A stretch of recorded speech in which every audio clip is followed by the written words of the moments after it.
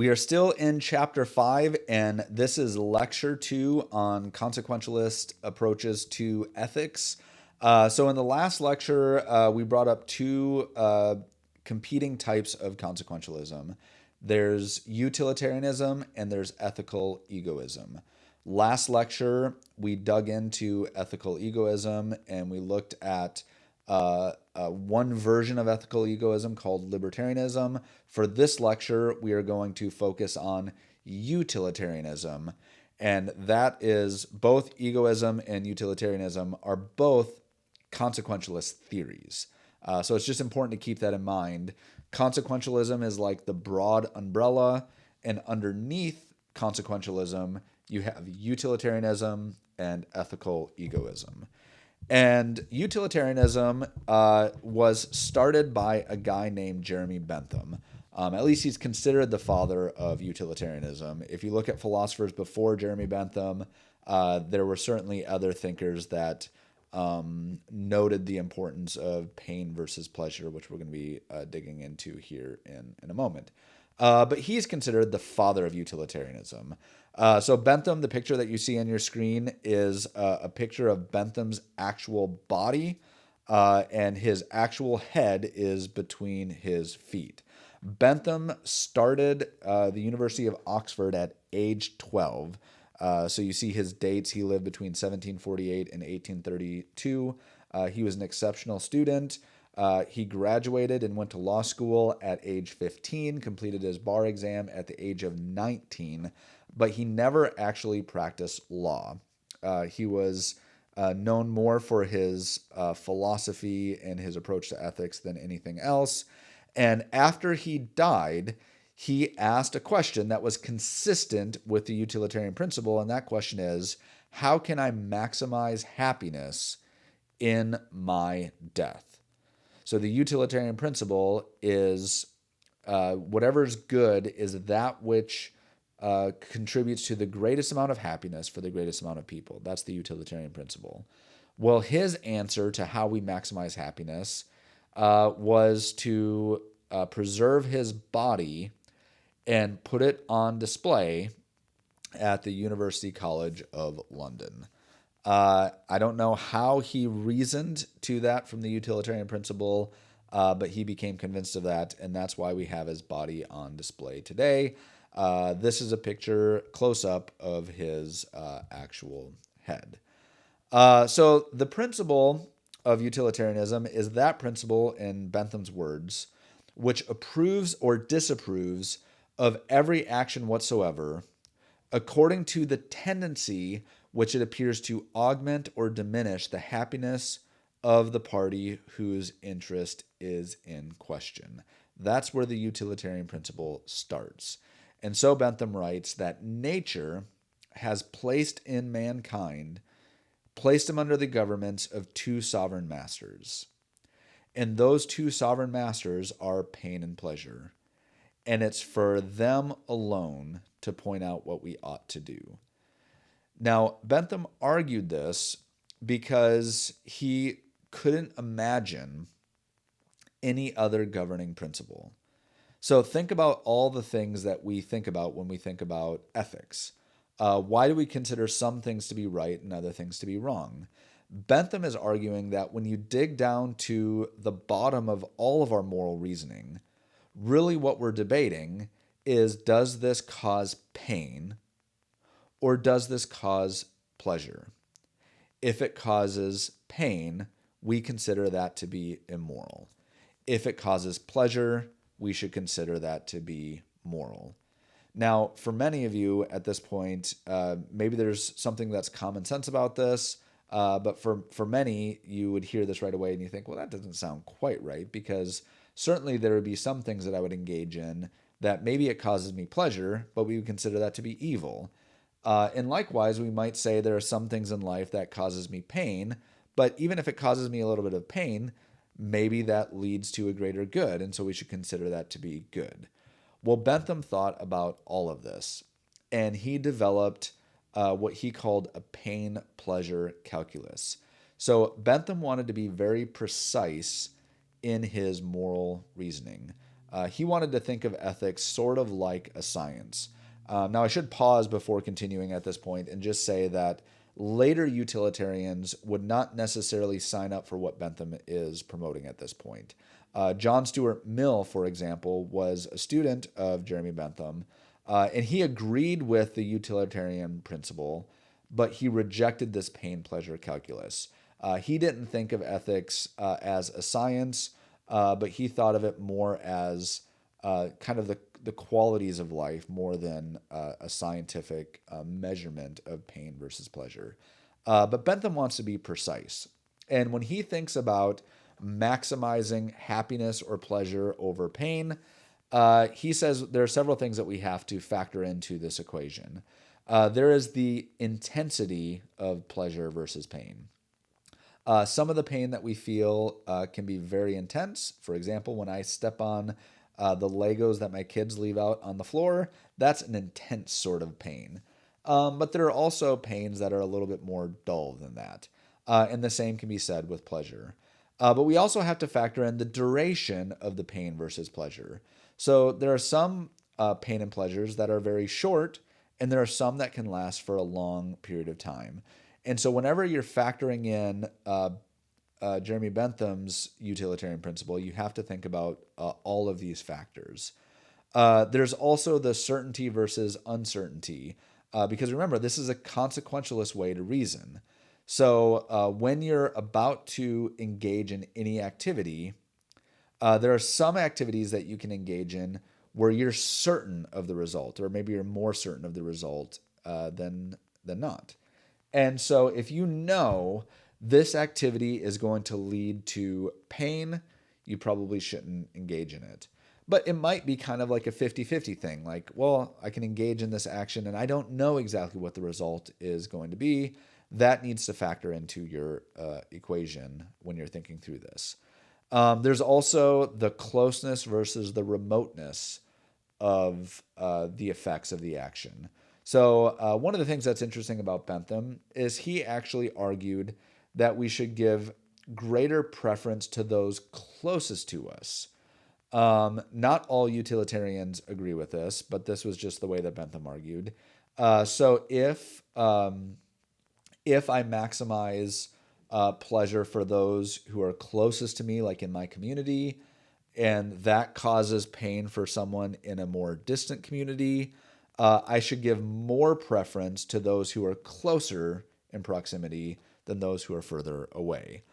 Now, that doesn't mean we dismiss those who are further away. It just means in calculating our pain versus pleasure, we need to put greater weight on those who are closest to us. And then he looked at the different types of pain and pleasure. So he said there are some pleasures that lead to later pleasure. He said in almost every situation, this should be considered a good. So if there's something that causes me pleasure now, and in 10 years from today, it also causes me pleasure, that's probably a good act. And then there are some pains that I would experience now in the moment, and 10 years from now, 30 years from now, I still am experiencing the pain. He said in almost all situations, we should consider that to be an immoral thing to engage in. But here's where it becomes more complicated. He said there are some things where I engage in pleasure, and right now it is giving me pleasure, but maybe 10, 15 years down the road, it's going to lead to pain. Think of maybe just your eating habits, your diet. So there are certainly foods right now that I can consume. Maybe it's ice cream, maybe it's chips, maybe it's whatever. And in the moment, I am getting pleasure from eating this food. But if I engage in that activity every single day and overconsume in those momentary pleasures of food, 10 years down the road, I might be experiencing a lot of pain. In situations like that, he says that pleasure is not worth it. Engaging, so the utilitarian principle is not saying just do whatever feels good in the moment, because you have to factor in what is the duration of this? How long is this going to last? Is it going to lead to greater pain in the future? If so, you should consider that act to be immoral. And then on the other hand, there are some activities that we engage in that cause pain in the moment but lead to later pleasure. So thinking about, just in the realm of health, so not just with eating, but say working out, going to the gym. Going to the gym might be something that causes you pain in the short run, but if you keep engaging in that activity and you create a habit, you do that long enough, eventually you're experiencing the pleasure of working out because you have a healthier body and you have a healthier life. And then the last thing to consider in his pain pleasure calculus is the extent. How many people are affected in this action? And what you want to do after factoring in the intensity, the duration, the certainty, uncertainty, closeness, remoteness, how each of them leads to another effect, pain to pleasure, pleasure to pain. After you've calculated all of that, then you ask how many people are affected. And once you factor in how many people are affected, the utilitarian principle, according to Bentham, says you should maximize the greatest amount of happiness for the greatest amount of people, or you could put it in the negative. You should reduce the greatest amount of suffering that you can for the greatest amount of people. That's how you consider what's right and wrong. So again, utilitarianism says the right action or rule is the rule that produces the best balance of happiness or good over unhappiness or evil for everyone concerned. Now, just as with ethical egoism, there were two different forms of egoism. There was act egoism and rule egoism. Well, this is true also when it comes to utilitarianism. There's act utilitarianism versus rule utilitarianism. Act utilitarianism says that the morally right action is the one that directly produces the best balance of happiness over unhappiness for all concerned. So in act utilitarianism, just as with act egoism, you need to consider every action that you're committing, and you should be asking: is this action going to lead to the greatest amount of happiness for the greatest amount of people? That seems to be impractical to think that way. Now you can still argue for act utilitarianism, but many utilitarians will argue it's hard to calculate, and this is actually one of the criticisms against utilitarianism as a whole, is that it's really hard to calculate what the end results are going to be of your actions now, 10 years, 20 years, 30 years down the road, and the extent of how many people are going to be involved in that action. And so another form is rule utilitarianism, which is, again, from my perspective, it seems like this is slightly more practical. And that is the morally right action is the one that, if followed as a general rule, would produce the greatest overall good and all instances and everyone considered.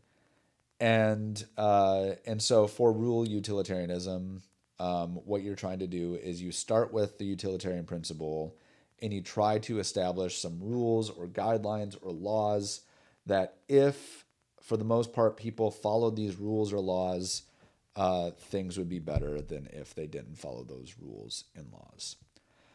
So now how would we evaluate utilitarianism?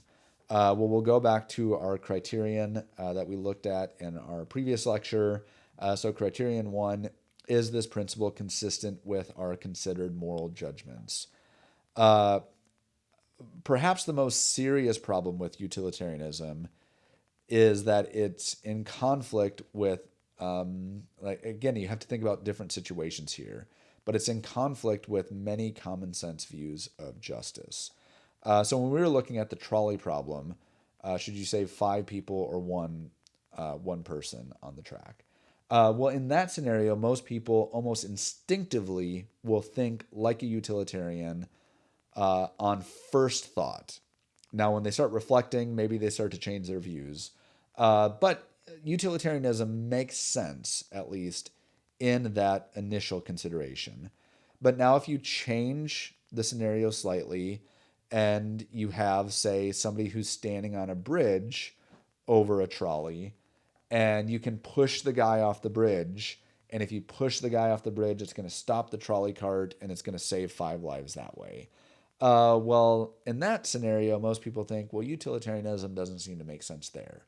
Or you can even consider another scenario. Suppose that we're not even going to talk about trolley carts at this point, but let's say you're in a waiting room at a hospital, and you're a perfectly healthy patient, or maybe it's not even you, just some random person is a perfectly healthy patient sitting in a waiting room.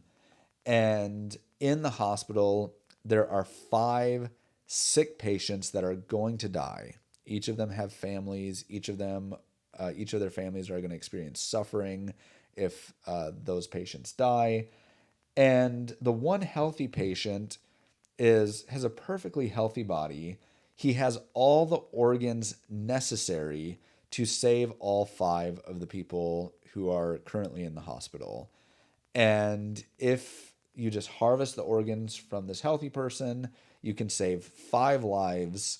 And let's just assume, for the sake of argument, that they're going to go on and they're going to live healthy lives.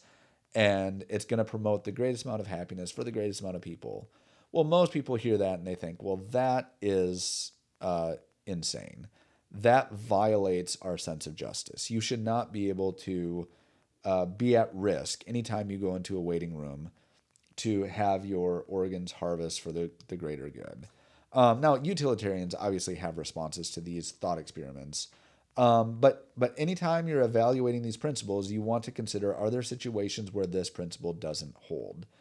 And so that seems to be one problem with utilitarianism. Also, when pursuing the greatest happiness goal, it sometimes seems necessary to harm the minority for the benefit of the majority.